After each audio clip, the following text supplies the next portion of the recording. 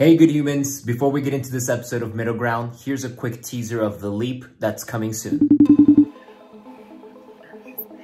Very shaky. I'm about to call my dad. My ex-boyfriend. Did you love me? You're the one who told me face to face that I am no longer your daughter. Wish me luck. So stay on the lookout for that video of the leap that's coming out soon.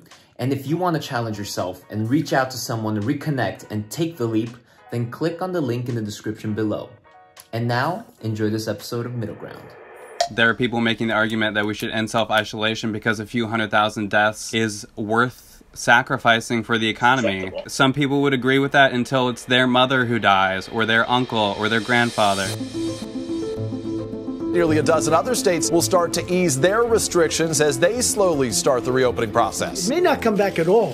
There will be coronavirus in the fall. I can see the emotional agony it causes in patients and their family members. Restrictions should have been put on the people that are sick. I don't think it's a good thing for our economy or our country. So I had to lay off my employees. We have no work. I believe that it violates our most basic of civil rights. I wouldn't say that I'm necessarily anti-self-isolation, but more so anti-government imposed self-isolation. Our new normal does not mean that we will sacrifice our freedoms for our safety. The key thing is that working with good data is going to allow the U.S. government to continue to make better decisions. I'm not able to work in my given profession. Despite this, I'm pro-quarantine. I own my own practice, but because of the quarantine, I'm only seeing patients 2 times a week. It might be hard to understand why people would gather like this while a deadly virus ravages America. What if it was your mother? What if your infant son or daughter gets sick?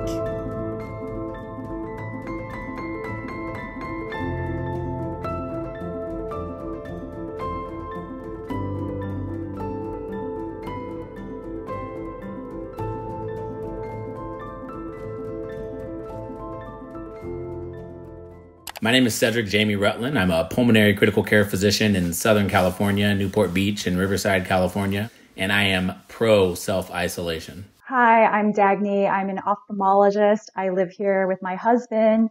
I'm an expecting mom-to-be here in Orange County, California, and I am pro self-isolation. Hi, I'm Alex. I live with my boyfriend and another roommate in a very small apartment, and I am pro self-isolation.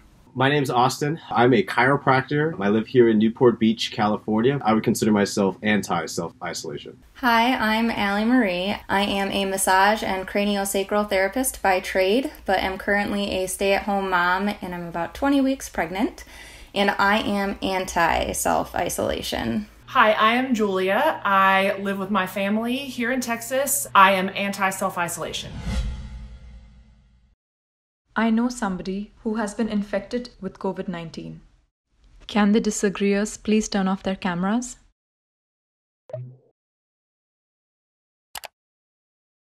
I know a physician colleague in New York who was infected and actually is an expecting mom, but thankfully she's doing okay and on the road to recovery.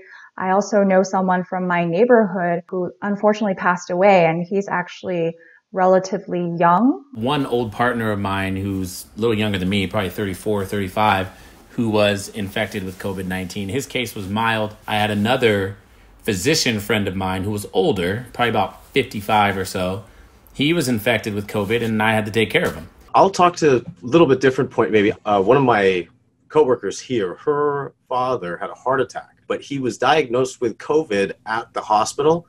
And ultimately, they were told that COVID-19 killed the patient, when really it seems that the heart attack and complications from cardiovascular disease were ultimately the issue. The other healthcare professionals in the group here, I would love to hear your opinion on that as far as what you maybe heard about how they're counting who qualifies as a COVID case and what the cause of death was necessarily. Here's what we've discovered. When you look at these patients that have COVID-19 is as a result of the presence of the virus within your blood vessels and your bloodstream.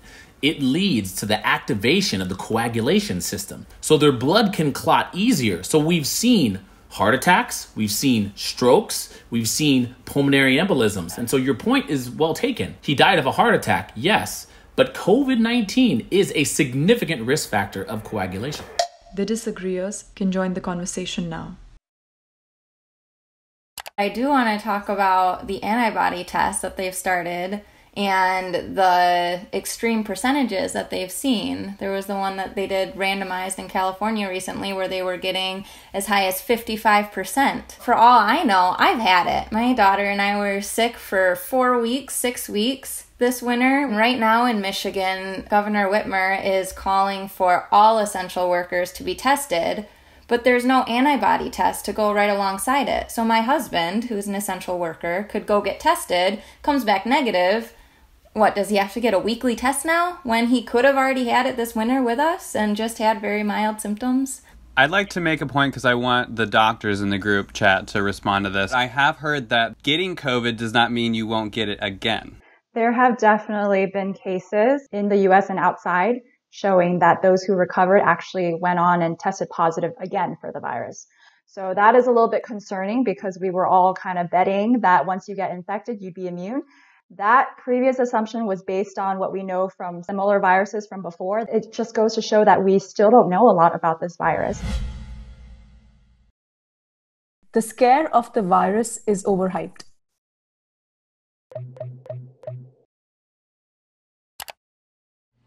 I think that the scare has been largely driven by the media. I know that initially there were models that came out of the Imperial College of London that claimed that millions of people would die. That was really used as the justification for these massive lockdowns, and we have not seen those numbers pan out at all. I totally agree with you that a lot of what we're seeing is media-created hysteria. There's a lot of new information that's coming out. We really think people were trying to do their best with the data that they were provided at the time. I especially have an issue with how the data is actually being collected and then ultimately how the deaths are being counted.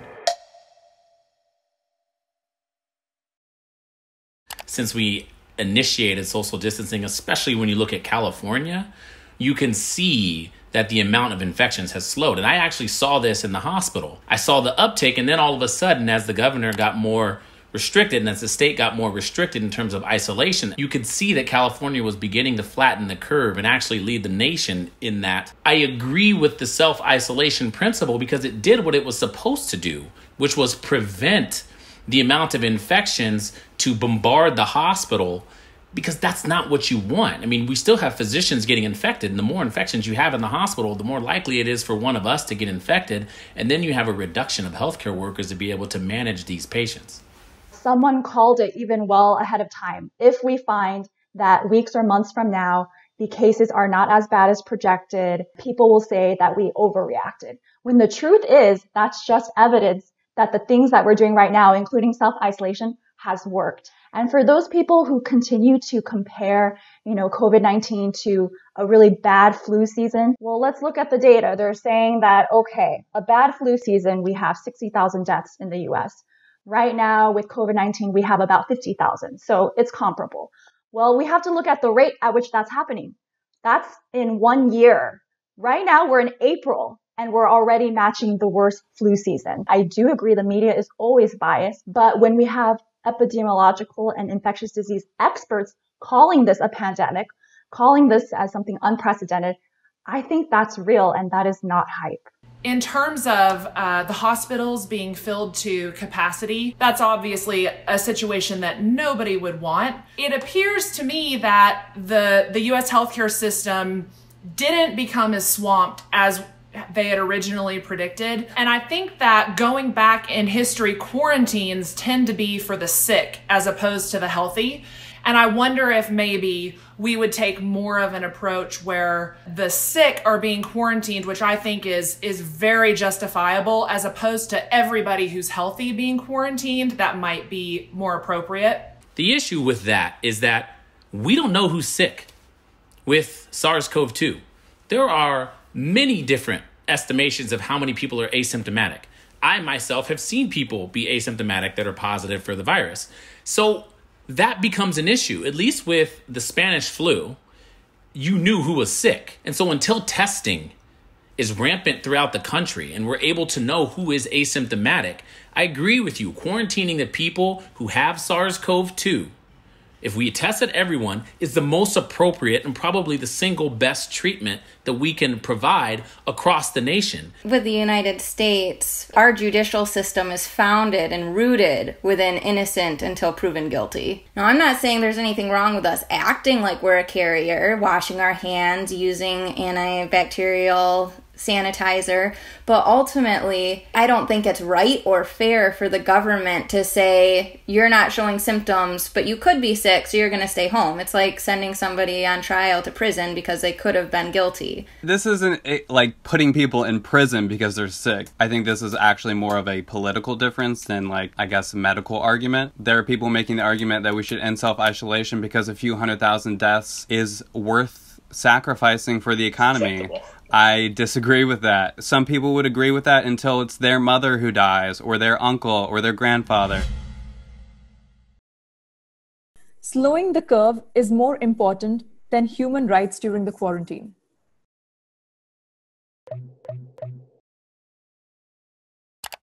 All right, I guess I'll be the devil's advocate and just I'm going to take issue with the framing. Probably a better phrase would be civil rights, perhaps. Limiting people's ability to gather is certainly an infringement on civil rights, but I would agree that the actions that have been taken are worth slowing the curve.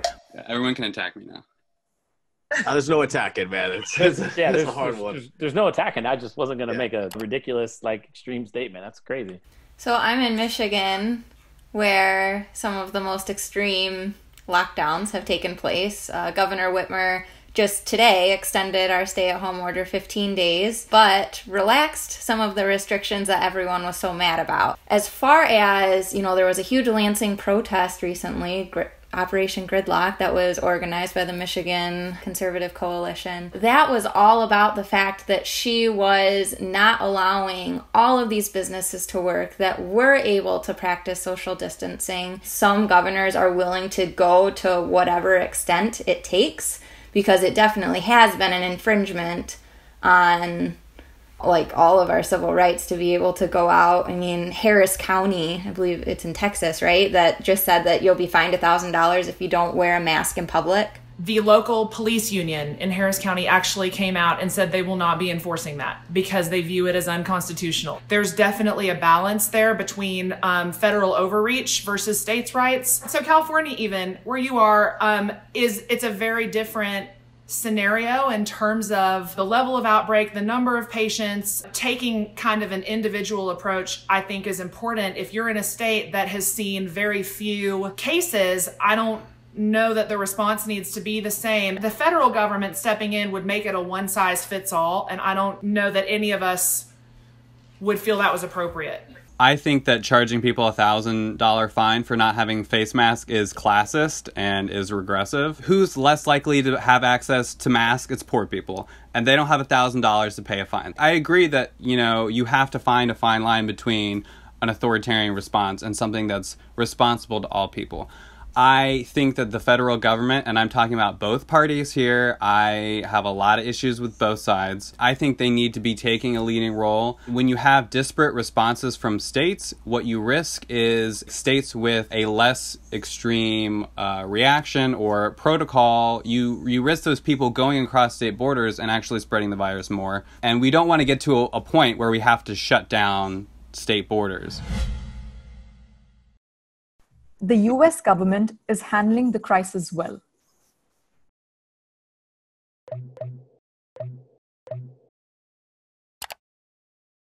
I am very torn on how I actually feel about this. My dad owns a small business. I've read a lot of the different arguments on the payroll protection plan and a bunch of the different deals with Shake Shack and everything else, which there are a lot of details that go into that. If 75% of any loan that's given to the business owners has to be paid into employee benefits. He has a company that has 220 employees, so you're talking $65 million in revenue every year. And so some would say his business is too big. He shouldn't have gotten it. But that's 220 employees that he's taking care of. There can be an emotional response saying they're not protecting the mom and pop shops. They're not protecting this. But ultimately, 220 employees are getting their salaries and 4 aren't. And while it's emotionally sad to see those smaller businesses forced to close, we're going to be in a little bit of a depression. We're going to hit a recession. And so we're all in this together. And I think the bipartisan support has been really lacking, especially in the beginning. But I think that they're somehow finding a way. So all I'm saying, and I think it's really simple, is you have all this money that we're giving to businesses, and I think it's appropriate, and I think that they should. The issue is just testing. Take some of that money and give the country some tests. Antibody testing and the PCR testing. So until that's done and distributed across the country, no, I don't think it's a job well done. Can you tell me why that's such a priority? I know we need to know how many people have it, but can you explain to me why that's so critical? I just don't know. If we give everyone an antibody test, we're going to know who the sick are. IgM is what gets produced acutely. It's a type of antibody in your bloodstream to SARS-CoV-2. So you'll know who's infected. IgG means that you've had a sustained response to the system and your body has had enough time to develop a neutralizing antibody. So you'll be able to quarantine the sick without being symptomatic. I haven't gotten my stimulus check yet. I don't know about anybody else. My rent has already been due. Where the hell is the check? I already need another check. The government needs to be focusing on helping individuals who are stuck at home and who have no way of surviving. I think the fact that the federal government, the White House specifically, for months was saying that this was a hoax and that this was completely blown out of proportion was hugely detrimental to our response. South Korea did a great job. Taiwan did a great job. But unfortunately, that is not what I can say for the United States. Things are turning around, and all these stimulus packages that they're doing, the fact that they're vowing to expand testing is definitely on a better track. And my husband, he was one of the first in line when that CARES package came out to sign up for the forgivable business loan and the PPP. And he didn't get it. And it was heartbreaking to hear that these large corporations were getting access to that money. So even though the government was doing something of good intent, the way that it was executed, unfortunately, wasn't the best. Daggy, you mentioned South Korea and admired South Korea, how their response was. Well, to my knowledge, they had trackers on everybody's cellular device that was monitoring where they were going. That just in itself, to me, is a completely asinine principle from the First Amendment. Like the fact that government is tracking your every move seems a lot like house arrest. The tracker system that South Korea used has generally been praised by most countries, and one of the main reasons that they were able to avoid a peak and have to implement quarantine.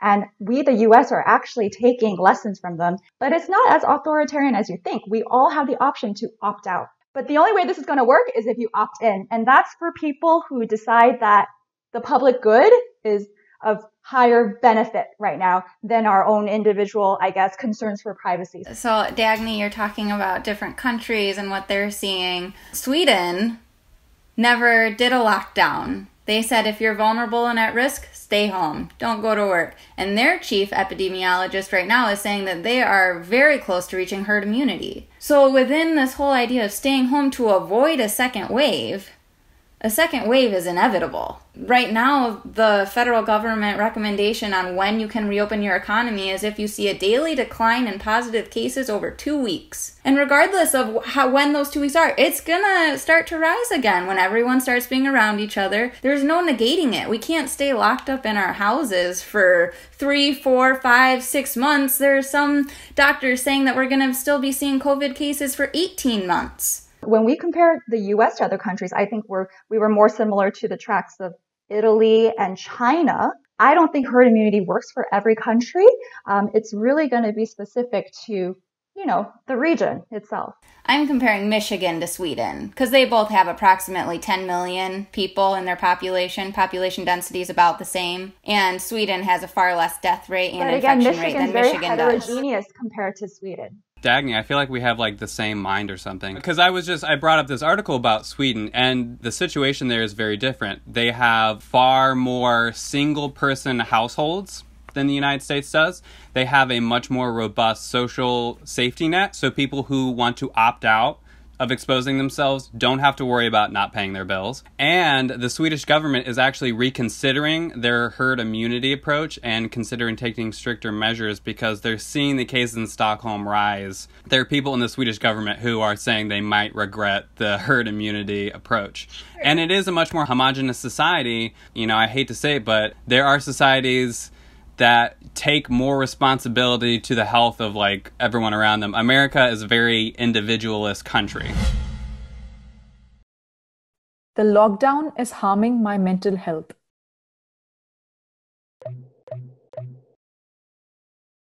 I have patients that are still coming in, so we get asked about this every day. Like, Dr. Kwong, like, what do you think about the lockdown? What do you think's going on? I've not only been doing and working my normal scheduled hours here at the office, but then we go home and I'll spend hours and hours and hours until the wee hours of the morning researching, trying to stay up on the new stuff that's coming out on the coronavirus. So it has been very fatiguing and toiling on me, just being able to take care of patients and do my normal daily routine. Obviously, no deaths are discounted or lost, or you know, we care about everybody who's dying in all of this. But you got to look at like child molestation rates that are going up. You're looking at spousal abuse rates going up, suicidal issues, depression, anxiety, overall lifestyle choices people are making, and especially mental health concerns through this isolation is definitely another factor that we're looking at. We might be stealing from Peter to pay Paul, this kind of idea when it comes to, you know, where we're looking at the deaths actually occurring. Has my mental health been negatively affected? I feel like that would maybe be stating it a little bit too strongly. Some of you have mentioned we appear to be going the route of a depression. That's a scary thing. It's really sad. It's going to have a profound impact on people's lives. And this might be too personal, but I feel like ultimately God's in control and I have to just, you know, that's something that I have to accept, and it gives me a little bit of peace too. I feel like not having a lockdown would probably affect me more, because it's the infection that scares me more. If I had to continue my normal patient caseload and surgery caseload at my practice and be paranoid about every patient thinking, are they infected? Are they going to infect me? And the fact that our supplies, our PPE is running down as well in my own private practice, that would be more mentally straining to me personally. It's not that the presence of all of these restrictions is not harming my mental health. It's just that I feel that the restrictions are appropriate. My job as a pulmonary and critical care physician has changed forever. I have to now worry about COVID-19 in almost every patient that I see because I'm a pulmonologist and they present with respiratory failure. And I have to be super protective and super cautious when I'm dealing with an outpatient, when I'm dealing with an inpatient on call in the ICU, as I was last night, from here on out until a vaccine comes or whatever. And this is something that I have to deal with because I have two small little kids. I have a 5-year-old and a 7-year-old little girl, and I got my wife, and I just feel that I have to protect them. I have felt judged by the other side.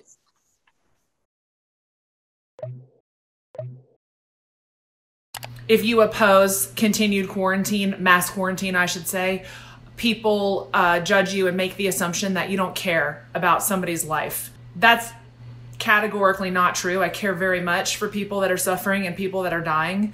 And I don't want for that to happen to anybody. My sister-in-law specifically, she was not happy because I had said that Whitmer was thinking about extending the order 70 days and how I wasn't sure how I felt about it. And I mean, we're not even actually on speaking terms right now because she was so angry at me that I would even potentially think that we shouldn't all be quarantined by the government right now. As a doctor, like, I truly believe I took an oath to protect my community and to always have my patients' best interest in mind, and to really always be doing new innovative research to look for new ways to help take care of people. This is just something where now that I've seen what I've seen, I've looked at the data, I've done my own analysis and research on it, I've talked to some of the leading experts in the field at this point, and there's enough evidence for me to go out and protest for people who may not know the data and may not really understand some of that kind of stuff that's going on.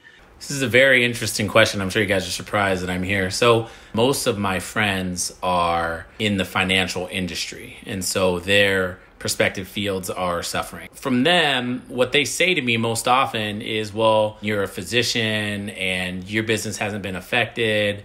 And not only that, but for the first time in my career, instead of my presence being one of relief, it's now one of fear. The first thing a non-COVID patient asks me is, were you in a COVID room earlier today? Every time I make a right or a left, I'm being judged. Pretty lucky to say that I haven't really been judged based on my position, because I think I'm actually in the majority group in advocating for self-isolation. I mean, I've been judged on plenty of other things being on social media. One of the things I recently spoke up for was, to end violence and hate against Asian American people of descent because of this pandemic. And I think ultimately we're all on the same page. We all want what's better for the greater good. And, to you guys, you think that is getting the economy back up again. If we hit it hard, like we are right now with the quarantine, and we continue to stay on track, I think we all ultimately get to go back to a normal life faster. I don't think pro-self-isolation means that we're anti-economy. I'm with you guys. I want the economy to open back, but I only want it to happen when it's safe to do so. And that's just based on, objective data. I have learned something from the other side. Can I ask a question? Do you mean in this conversation or like in general? In this conversation. Oh, in this conversation. Okay, I'll stay. Thanks, I was offended. I was like, dang, dude. I'm also an open-minded person, and I understand the frustration from both sides. It is a nuance. It's not a one or the other issue technically. I think that there obviously is compromise that should and can be made. Dagny, you said something that I thought was pretty profound. Being pro-isolation doesn't mean anti-economy. I'm guilty of looking at the other side and thinking, you people just don't even care. You've said yourself, you're having, your personal situation has been impacted. And so I really appreciated that point that you made, and then getting a better understanding of where you're coming from. This is one of the most pleasant conversations I've ever had in terms of being able to discuss politics, science, current events in a way that was productive. And so with that, you learn a lot from everyone who is included. What it shows to me is it shows the model behavior that I feel like our country should have in regards to how to be productive about setting appropriate restrictions, setting appropriate business opportunities for everyone. And I think it can be done. I've learned so much from you guys. I wrote it all down, actually, and I'm going to take it with me, put it here, and use it next week.